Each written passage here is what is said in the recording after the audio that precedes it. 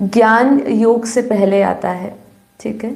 और हम जब ये सीक्वेंस वाइज समझते भी है तो ये 4 सब्जेक्ट्स में सबसे पहले सब्जेक्ट ज्ञान आता है, फिर योग आता है, फिर सेवा और फिर धारणा है। अब दूसरा सब्जेक्ट आता है योग। तो अगर आपको योग सीखना है उससे पहले आपको ज्ञान को समझना होगा, ठीक है। इसको हम समझते हैं कि क्यों समझना होगा, इसके विषय में भी हमने हमारे डिटेल में हमने बात करी है हमारे पहले 2 एपिसोड्स में। और दूसरे में हमने बात करी है कि जो ज्ञान है वही अक्षय तत्व है। अक्षय मतलब अविनाशी तत्व है। ज्ञान को अविनाशी तत्व क्यों बोला हुआ है? ज्ञान को अविनाशी तत्व इसलिए कहा गया है क्योंकि ज्ञान ही एक ऐसी चीज़ है जो आपके अंतःकरण को शुद्ध बना सकता है, पवित्र कर सकता है। क्योंकि देखिए, हम लोग सुबह उठ के नहा धो लेंगे, अच्छी तरह पूजा पाठ कर लेंगे, कीर्तन कर लेंगे, ध्यान भी कर लेंगे। देखिए, जो बड़े से बड़े समाधि करने वाले भी लोग होते हैं, जब वो वापस अपने समाधि अवस्था में चले गए मान लीजिए थोड़ी देर के लिए, और फिर जब वो वापस अपना दिनचर्या करते हैं या जो गहरे ध्यान में भी जाते हैं, जिनको अभ्यास है, वो वापस जब अपने दिनचर्या में जाते हैं तो पाया जाता है कि उनके अंदर भी कोई भी, जैसे हम काम, क्रोध, लोभ, मोह, अहंकार की बात करते हैं, ये मिटता नहीं है उनके अंदर। वो वापस जैसे बाहर का वायुमंडल होता है उसके प्रभाव में आके न चाहते हुए भी उसके जैसा ही व्यवहार करने लग जाते हैं।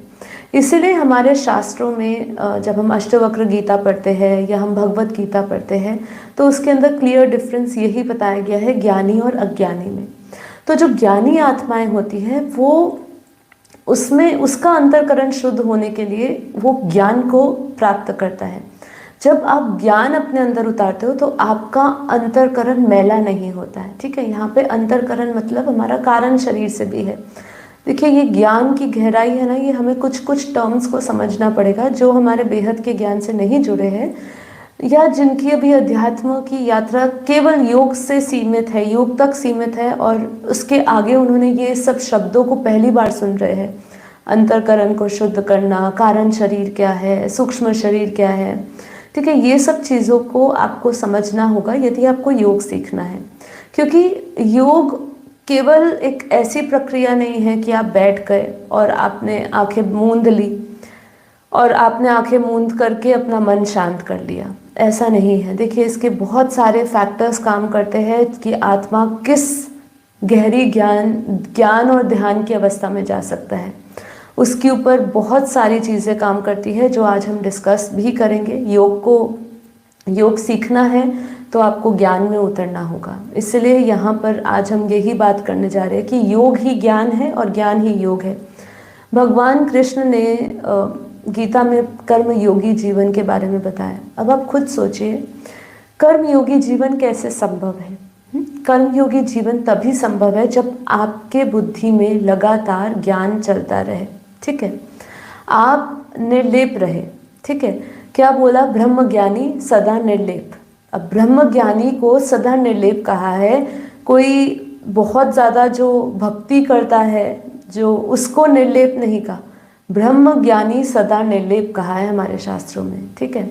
प्रज्ञानम ब्रह्म कहा है कि अपनी जिसकी बुद्धि हमेशा ब्रह्म में रहती है, ठीक है, उपरांत रहती है, अपने स्वरूप में रहती है, उसकी बुद्धि जिसकी सदा ऐसी बुद्धि रहती है, मतलब ऊपर रहती है, ब्रह्म में रहती है, वही जो है अपने आप को जानने वाला है और उसी की बात करी गई है, ठीक है। तो वही व्यक्ति हमेशा कर्मयोगी जीवन जी सकता है। तो कर्मयोगी जीवन जीने के लिए सदा आपकी बुद्धि में ज्ञान होना चाहिए या आपका परमात्मा होना चाहिए। अब सदा ज्ञान आपके भीतर रहे, परमात्मा आपके भीतर रहे, इसके लिए हमें अभ्यास करना पड़ता है और वही कर्मयोगी जीवन है। मतलब आप चलते फिरते खाते पीते बाहर का कुछ भी हो जाए, बाहर कुछ भी चल रहा है, बाहर का ख्याल आपके भीतर ना आए, ये इम्पॉर्टेंट चीज़ है। योग में यही है कि बाहर का आवरण आपके भीतर ना आए। इसीलिए योग से पहले ज्ञान की बात होती है, क्योंकि सब जो है ना, पूजा पाठ, अर्चना, कीर्तन, ये सब में अपना ध्यान लगा लेते हैं, लेकिन किसी का ध्यान इस बात पे नहीं जाता कि मैं अपना अंतःकरण शुद्ध कैसे करूं, ठीक है। और यही सबसे इम्पॉर्टेंट चीज़ है। जब तक आप अपना अंतःकरण शुद्ध नहीं करोगे, ठीक है, जब तक आपको ऐसा बनना है। देखिए ध्यान क्या है, मैंने एक बहुत सुंदर जगह पढ़ा था कि ध्यान क्या है। ध्यान है बिना हवा का दीप, ठीक है, ध्यान है बिना हवा का दीप। अब इसको बिना हवा का दीप क्यों बोला? बाहर जितनी मर्जी तूफान हो, बाहर जितनी मर्जी हलचल हो, ठीक है, लेकिन आपका आत्मा रूपी दीप जो है वो जलता रहे, इसको ध्यान ये अवस्था है। तो इसमें कर्म योगी भी आ गया। आप चाहे बैठ के एक जगह पे निरंतर एकाग्रचित्त होकर करें, किसी भी प्रकार का ध्यान करें, लेकिन ध्यान में सबसे इम्पॉर्टेंट चीज़ यही है, बिना हवा का दीप बन के आपको योग करना है, ध्यान करना है, जिसमें बाहर जितनी मर्जी हलचल हो, हवा हो। मतलब हवा क्या करती है? दीप को बुझा देती है ना, लेकिन आपका बिना हवा का जलता हुआ दीप रहे, है ना। तो इसके लिए आपको क्या करना होगा? इसके लिए ही हमें ज्ञान की आवश्यकता है, और इसीलिए बार बार हम बोलते हैं कि ज्ञान बिना योग नहीं, ठीक है। और ज्ञान की साधना करना ही योग है, अपने आप में ही ज्ञान की साधना करना ही योग है, ठीक है।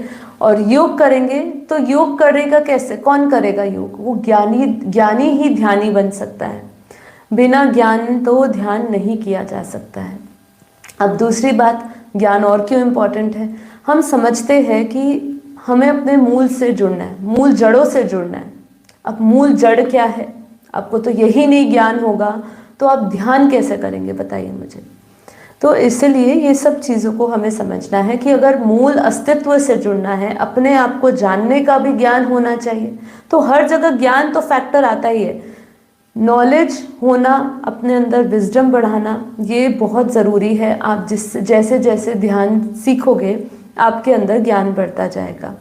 ज्ञान बढ़ाएंगे तो आप